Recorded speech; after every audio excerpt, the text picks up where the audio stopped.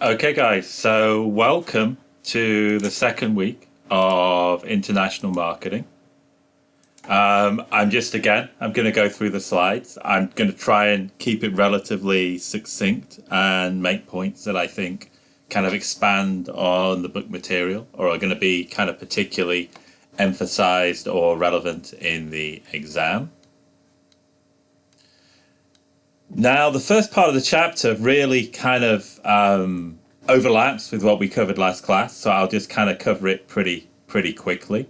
The idea is that we're ever becoming more global and trade is increasing all the time, though obviously not in 2020. I found some recent figures showing that the global economy increased by about 3% in 2018 and just over 2% in 2019. I think just maybe at the tail end of 2019, beginning of 2020, COVID was beginning to hit. So we can see relatively the GDP, the gross domestic product, is just the increase in economic output. And the trade is things like, imports, exports. And you can see that this has been relatively consistent. 2017 was obviously a very good year for trade. Last year, we had the trade war between the US and China. We still had a reasonable increase in GDP, but trade decreased a little bit. But I'm going to guess if we see that when the 2020 figures come out, it's going to be a big decrease in both trade and GDP. So kind of almost repeating what we did last class, we can see that the biggest exporter in the world is China, followed by the United States of America, then Germany, Netherlands, and Japan. So we talk about the growth of China as this big exporting economy. And the United States and China have kind of swapped places in the imports. The United States is the world's biggest importer, then China, Germany, Japan, and the United Kingdom. Now, you might say, and we'll talk more about this next week, the United States, it's like sending more money out for imports than it is getting money back for exports. Is it eventually going to go bankrupt? It's a little bit more complicated than that. There's a lot of investment into the United States, but we'll talk more about that next week. And again, I said last time that the United States has a deficit in terms of exporting. Now that it actually has a surplus in services. You can see that the value of the trade in services for the United States, it actually exports a lot more than it imports. But that doesn't kind of account for the big deficit in trade. And the United Kingdom, you can see, is actually number 2 in exporters of the services. So the UK is kind of almost like a mini United States in that it actually doesn't do quite as well in exports. You see we're right down number 10 here, but it's very strong in services. Now, the triad regions, this is like what we call the very traditionally developed economies after World War II. And for the from World War II almost through the 60s, 70s, 80s, these produced by far the vast majority of the world's economic output and economic trade. But this is decreasing with the growth of China, the growth of India, the growth of Brazil, the growth of developing nations.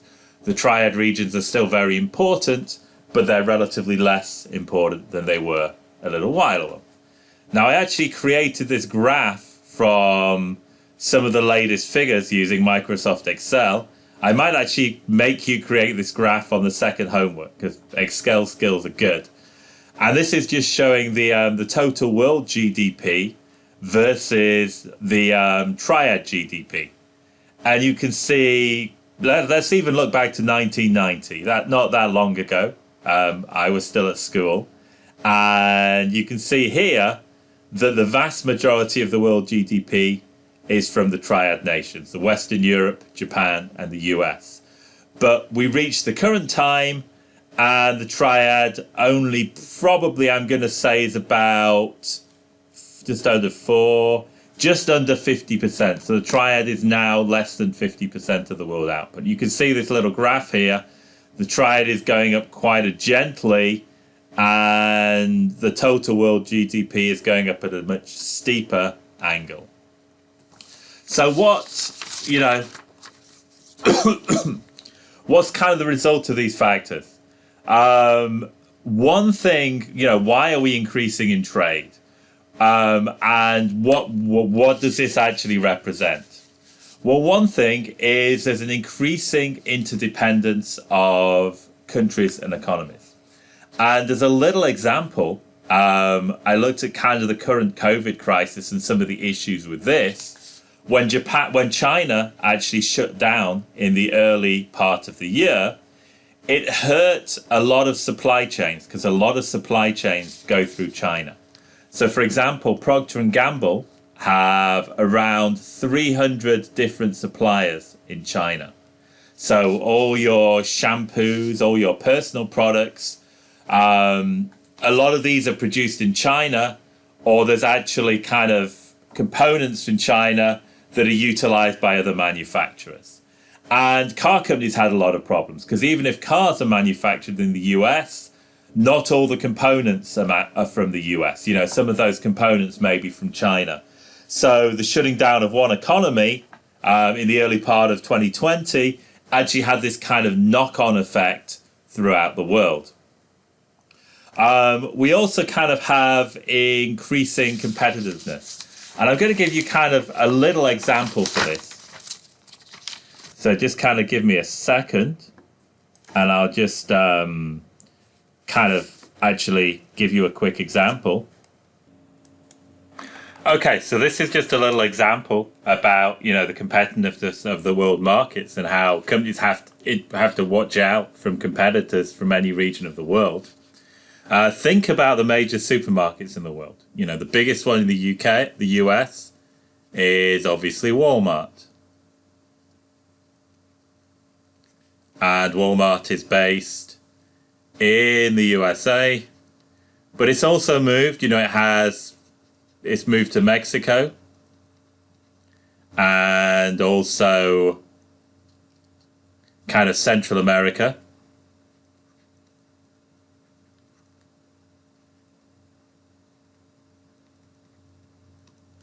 They bought a company called Asda in the UK. They also have a presence in Japan, where again, they operate under a different brand name, which we call, I think it's Seiyu. And let's just think the major UK supermarket is Tesco.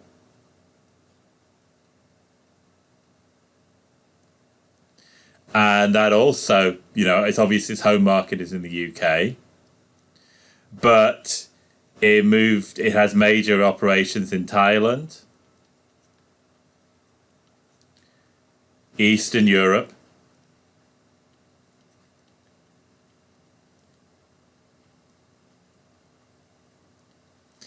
and also the USA. Now, its USA operations actually failed a few years back. This was called Fresh and Easy. And they actually was a failure in the market. So we'll actually cross that one off. We have Carrefour.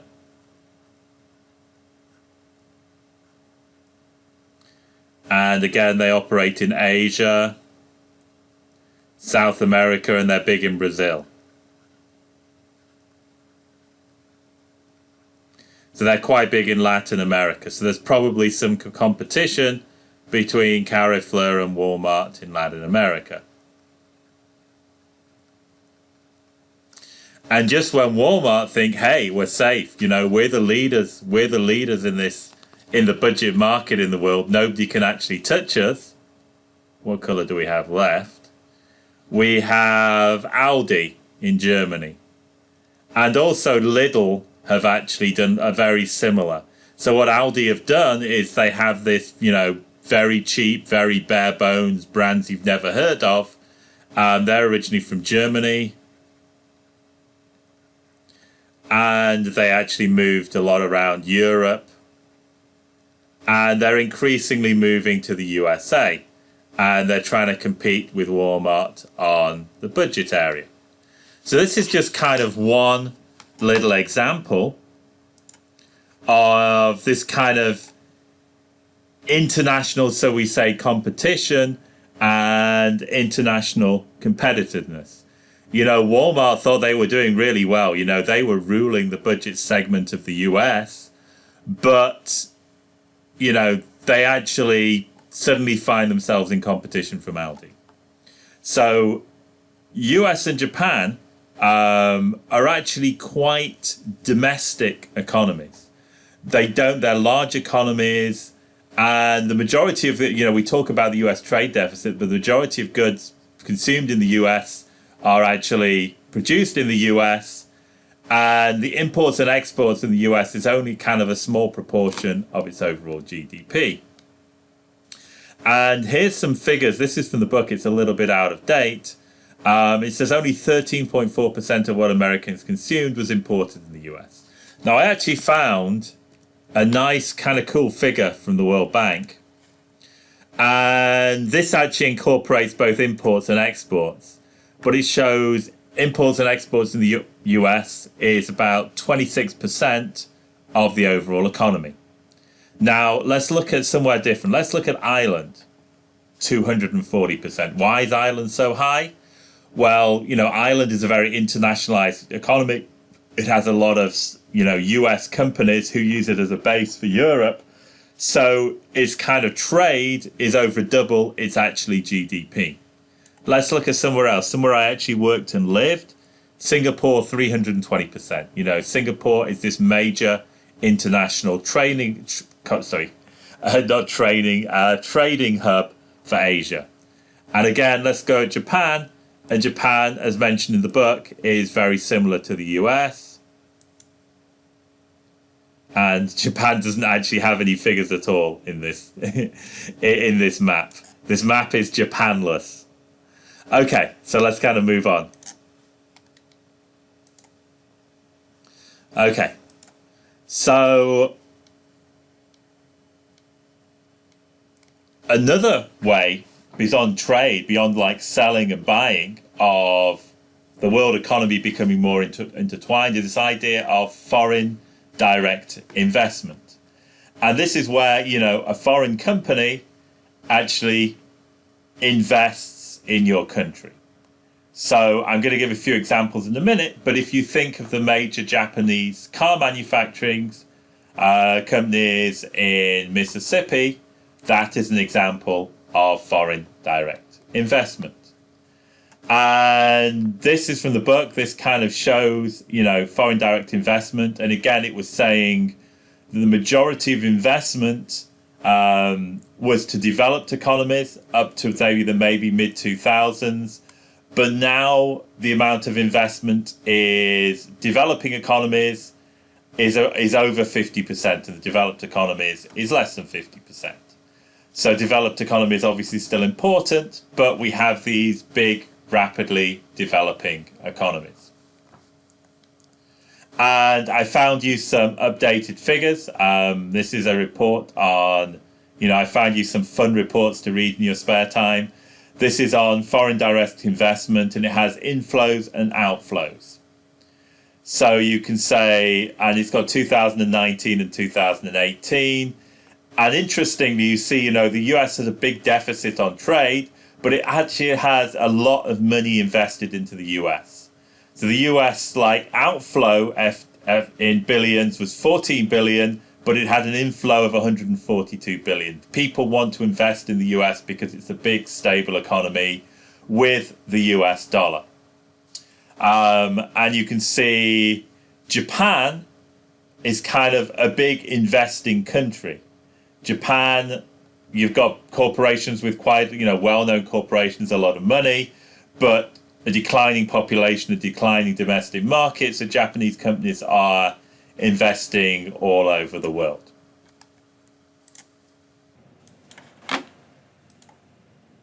So here are a few examples of foreign investment, direct investment in Mississippi.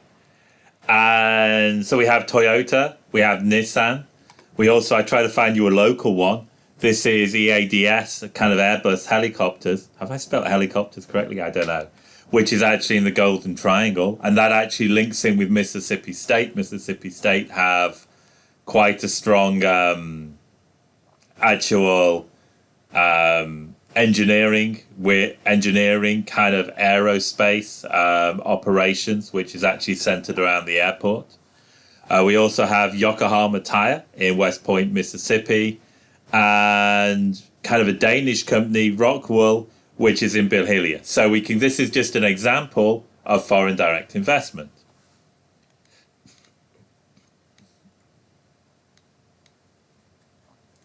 Okay, and basically, as kind of with my examples, all these firms investing in Mississippi, that's an example of foreign direct investment. Manufacturers are coming in. They want to avoid tariffs. And in a way, they help build kind of reputation by building manufacturing facilities. So a lot of these car manufacturers in southern states, if a senator from Mississippi or a senator from Tennessee, we're talking about car companies, they will very much go into bat for these foreign manufacturers over a US manufacturer, say, for example, Ford, that doesn't have a local manufacturing facility. So they almost become local companies. But foreign direct investment is not the only way of actually investing in a different country. We also have indirect investment. For example, I could buy shares in a foreign company.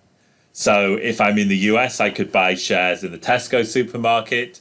And if I'm in the UK, I could probably buy shares in Walmart.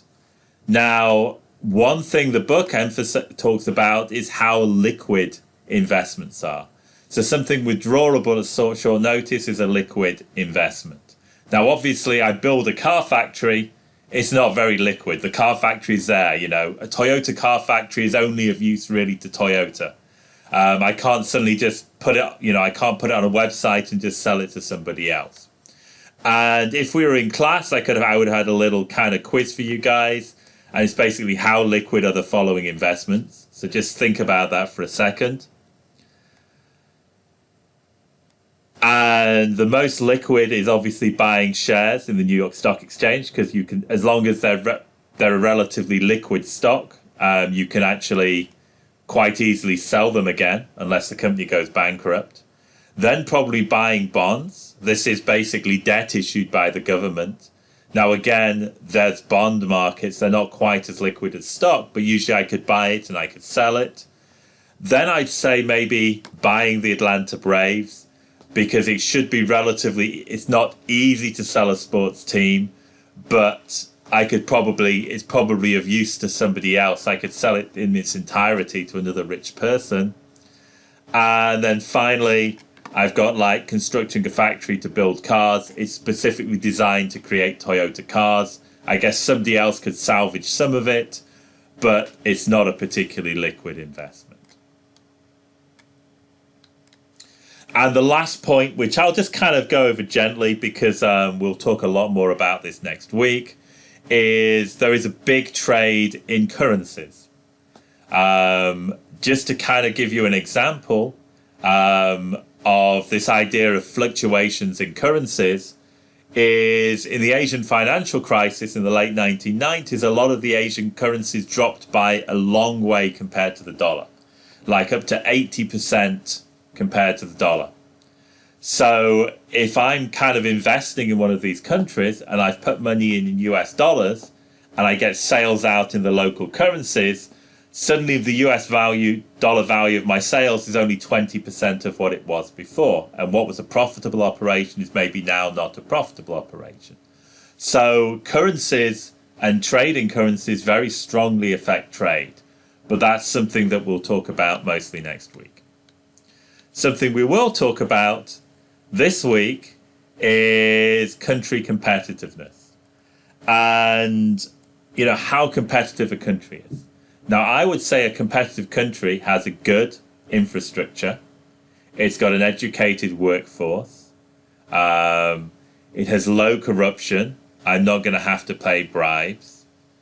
It's relatively free. I don't, if I want to open a store, I can open a store. I don't have to get, lots and lots of different, go through lots and lots of different layers of bureaucracy. So the World Economic Forum actually has a list of country competitiveness. And this is cited in the book. The book is a little bit out of date. And you can actually look at the report. Again, as I said, I provide you with some thrilling reading here. We have 666 pages of economic report here to look through. But the idea is we evaluate countries on lots of factors, things like infrastructure, things like tax, things like health systems, and then we rate the most competitive economy. And the most competitive economy, I mean, in a way, you can change the weightings of the rankings, and these will go up and down a little bit. But we'll see the top 10. The top 10 are Singapore, United States, Hong Kong, Netherlands, Switzerland, Japan, Germany, Sweden, United Kingdom, Denmark. So the traditionally developed countries. And if you look down, you'll see that the majority of the top 20 countries are either in the developed parts of Asia or in Europe. Then we have Israel at number 20. So that's kind of this idea of country competitiveness. Now, kind of counter to that is kind of corruption. Corruption is bad. And, we talk about corruption scandals in the US, but the US on the whole, compared to a lot of countries, is not a particularly corrupt country. You don't have to routinely pay bribes to police officers. I have a video at the end of the slides, and it's a little bit out of date, but it's a good example of corruption in Russia. And this is where a chemical company, they were basically told by the authorities that they need to make stuff for illegal drugs. And if they refused to make it, they would be the ones who are actually put in prison. In some countries, if you want to get treated by a doctor to avoid a wait, then you have to pay something of a bribe. And obviously, this affects business. If I'm Walmart, and actually it's illegal for US companies to offer bribes, but if I have to offer huge bribes every time I open a store, it kind of increases the cost of business. So let's have a look at which are the most and the least corrupt countries. And just before I go down, just think which you think would actually be the most and the least corrupt countries. And we have them here.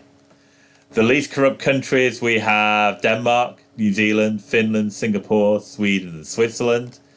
And then the most corrupt, these are countries where we have almost like a total breakdown of law. We have Somalia, we have South Sudan, we have Syria, we have Yemen. Those bottom four countries all have, wars going on, and Venezuela has somewhat political turmoil.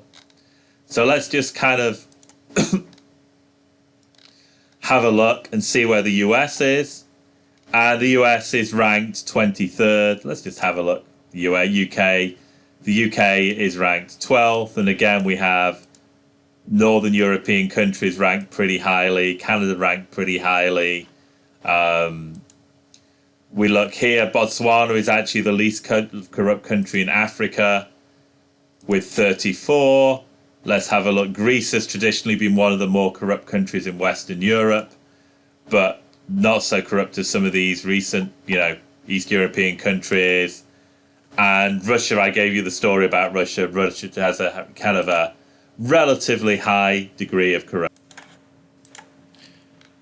Okay, so there's a big emphasis in this chapter on these kind of big emerging economies. Now, I showed you at the end of last chapter, I gave you the links to some of those videos about some of these big emerging economies. And as I told you last week, I'd probably count South Korea And some of the, more developed Central Eastern Europe nations, the Baltic states such as Estonia, Czech Republic, Slovakia, are probably closer to being developed nations now.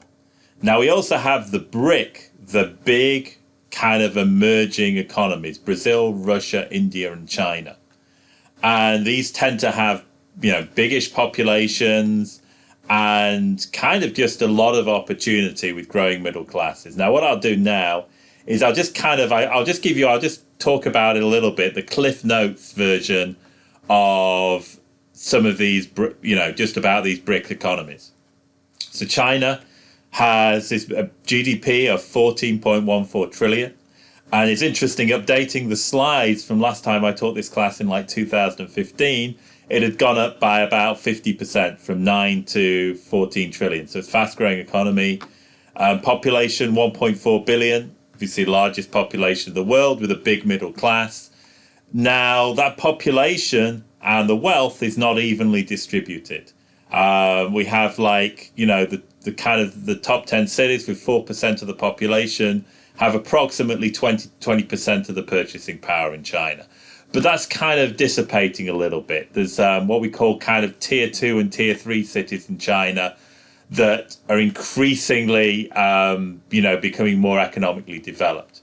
Corruption for a developing nation is relatively low, and this has dropped. I think last time I taught it, it was about 50 or 60. But at the same time, there's still a lack of intellectual property protection. You can probably buy Microsoft Office for about $1 in China.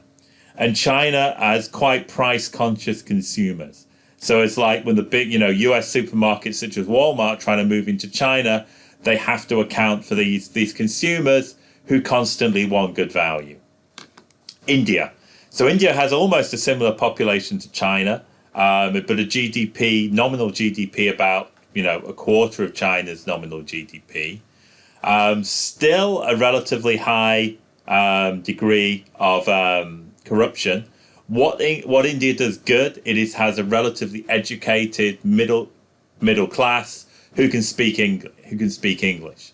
So there's a lot of beyond the stereotypical call centers, a lot of outsourcing in IT, software development, technical areas.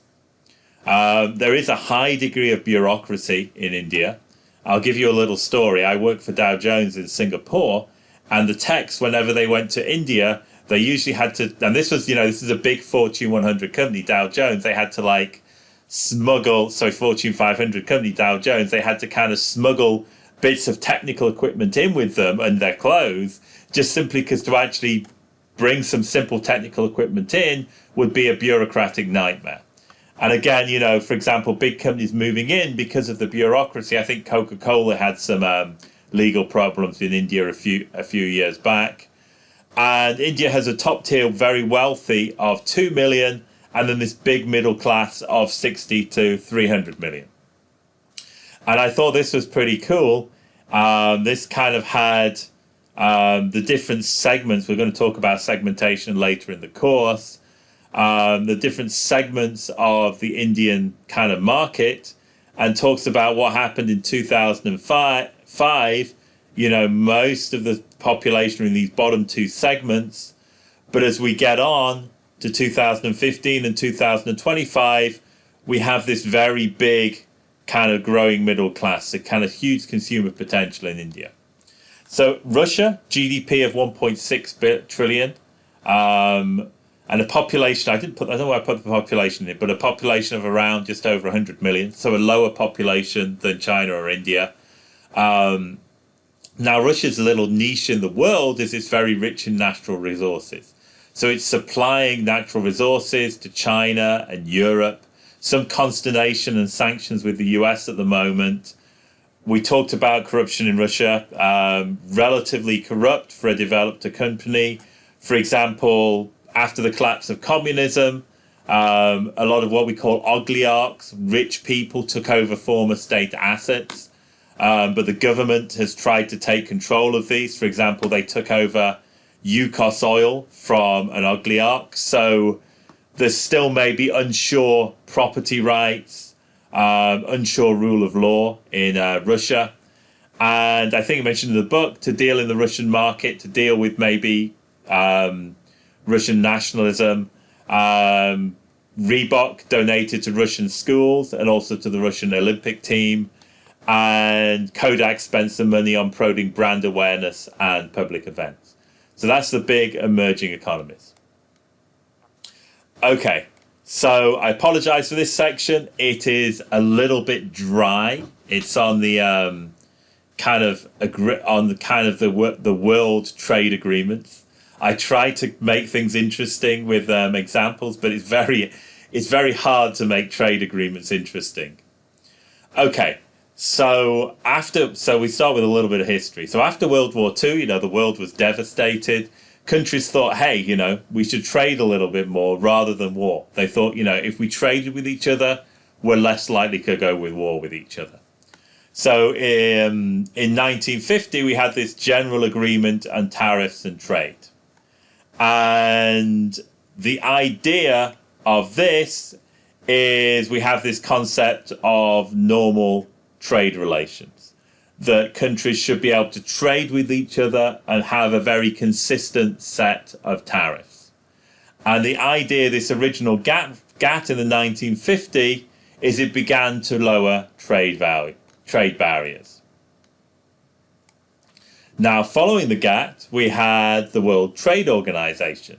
And the World Trade Organization is what kind of currently controls. If there's a governing body for world trade, then this is the WTO.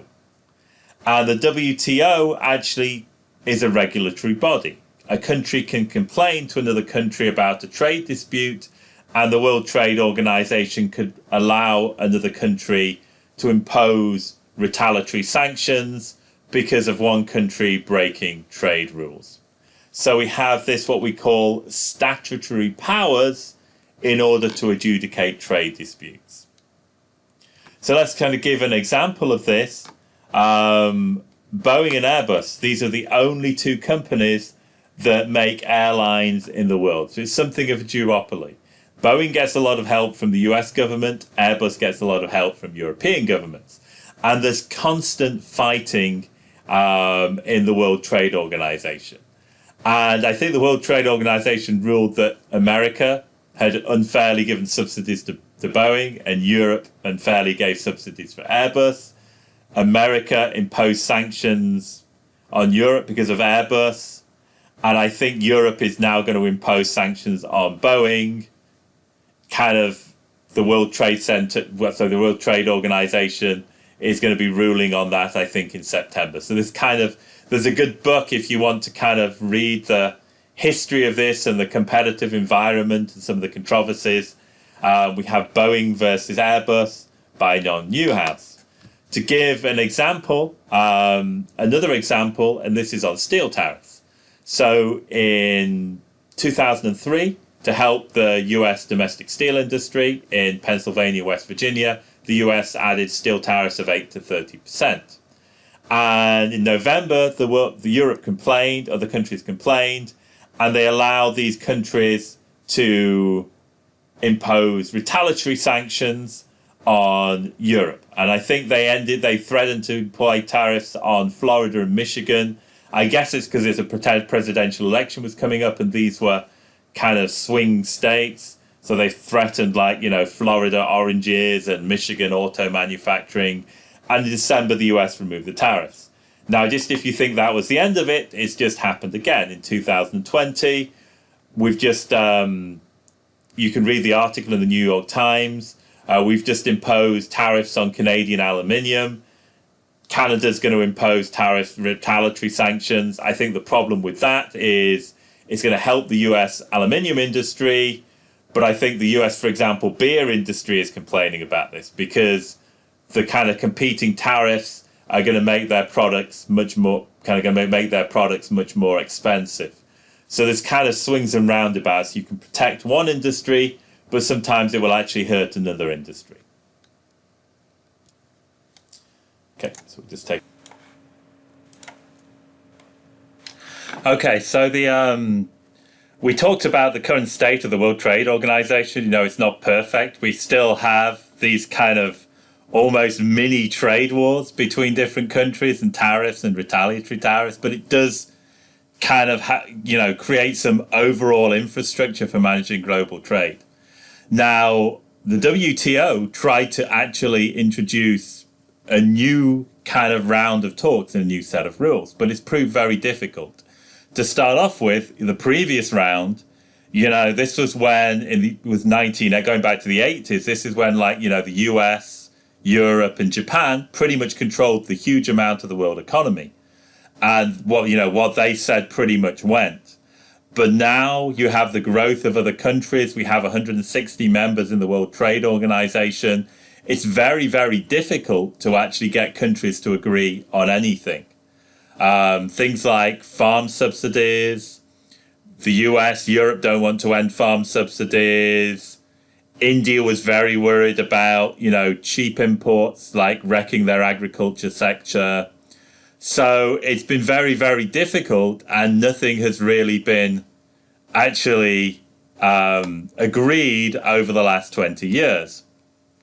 So these were some of the things that were actually being talked about in the round.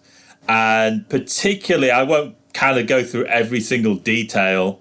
Some of the important things like anti-dumping or selling products that you have a stock of at a cheap price. So say, for example, Europe, they produce too much. They used to have what was called a butter mount, and they produced too much butter.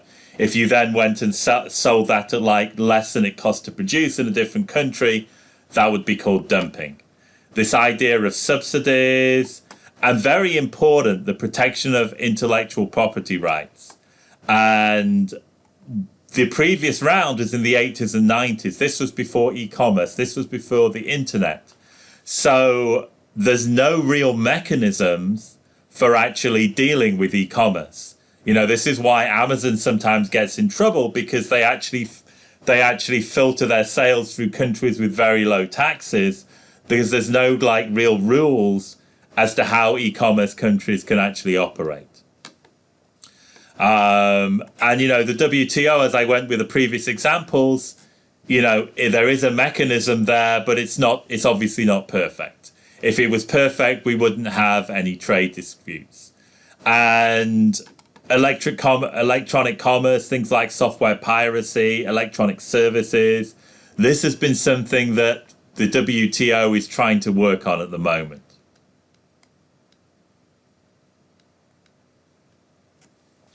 And again, the issue is, how do we deal with copyright? Copyright is in kind of stronger in some countries than in other countries. So we have this trade-related aspects of intellectual property rights. How do we protect intellectual copyright?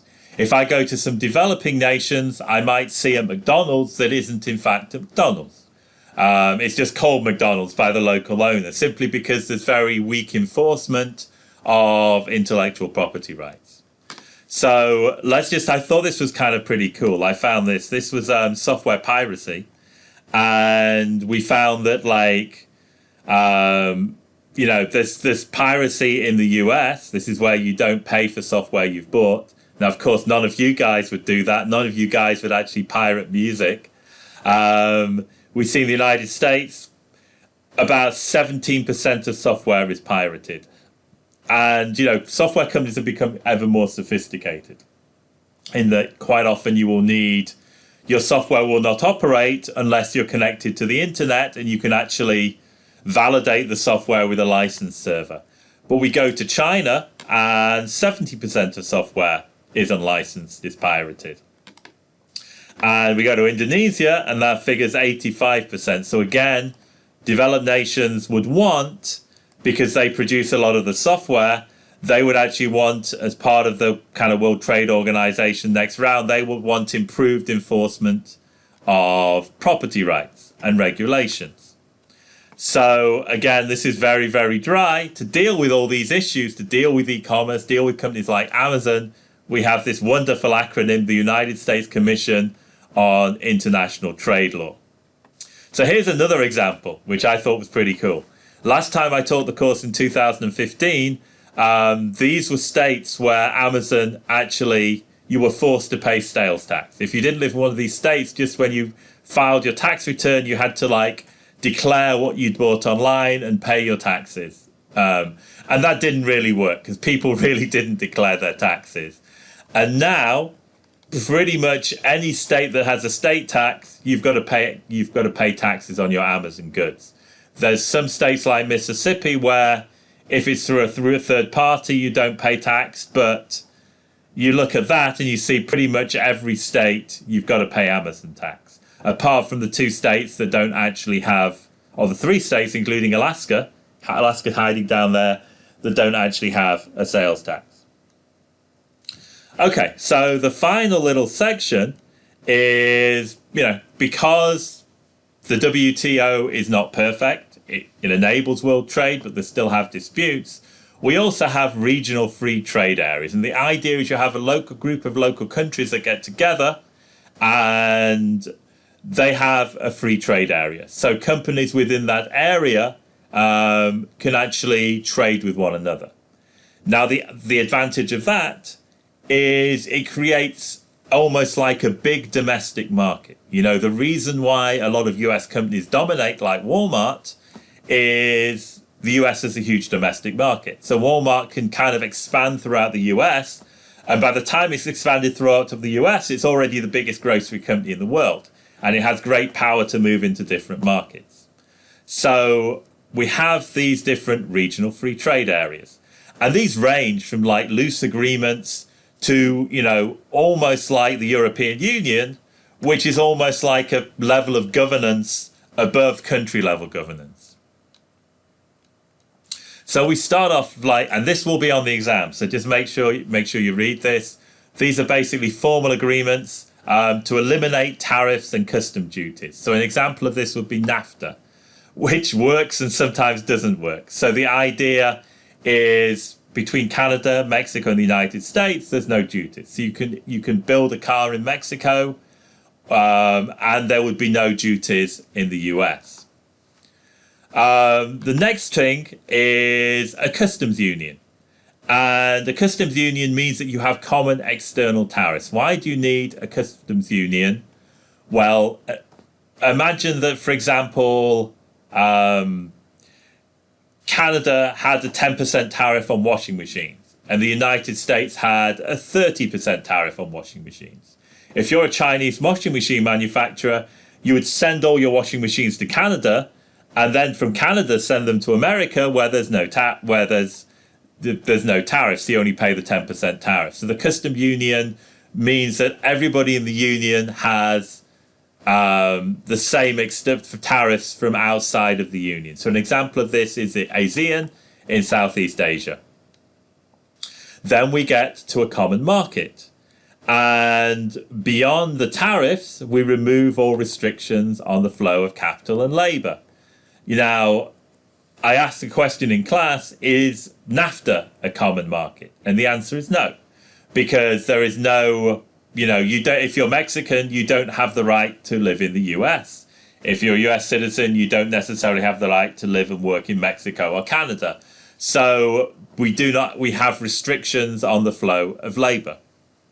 But the European Union, and one of the things with the European Union is we had free flow of capital and free flow of labor. If you lived in the European Union country, and I had a European Union passport at least until recently, then you could actually work and live in any one of the European Union countries. The next step is monetary union. So this means we have a single currency, so the EU and the euro.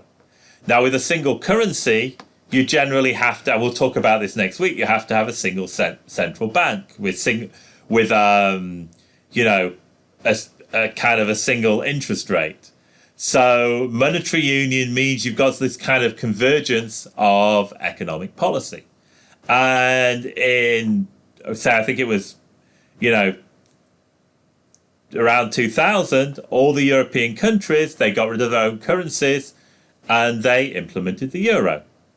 It makes it kind of much easier to do business in Europe. You don't have to worry about currency exchanges, losing money to currency exchanges. You don't have to worry about currency fluctuations. It allows countries to invest in other European countries with much more certainty. And political union is kind of the highest level.